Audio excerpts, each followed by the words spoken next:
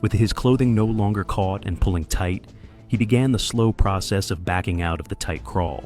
He had to move inch by inch, carefully extracting his body from the V-shaped passage without getting caught again. The process of backing out of the V-shaped crawl took significant time and effort. Finally, after what must have felt like an eternity wedged in that claustrophobic inverted V-shaped passage, the spelunker emerged from the tight crawl.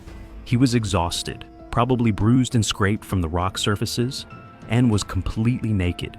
But he was free, he could breathe normally, and he had survived an ordeal that easily could have ended much worse. The group quickly moved away from the tight V-shaped crawl that had nearly claimed one of their members. They realized that this passage was not the correct route through Old Mill Cave. It was a dead-end or alternate passage that they should never have attempted. The trapped spelunker redressed himself as best he could in the cave environment, buttoning and zipping his clothing back into proper position. The experience had been terrifying and humiliating. Being trapped by your own clothes in a confined space, unable to free yourself, requiring help to literally undress in a tight underground passage.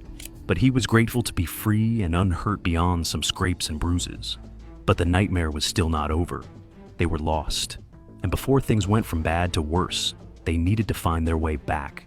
The group retraced their steps and navigated back to the main route through Old Mill Cave, this time being much more careful about their navigation and avoiding any questionable tight passages. As the sun settled down, they all were successfully out of the cave.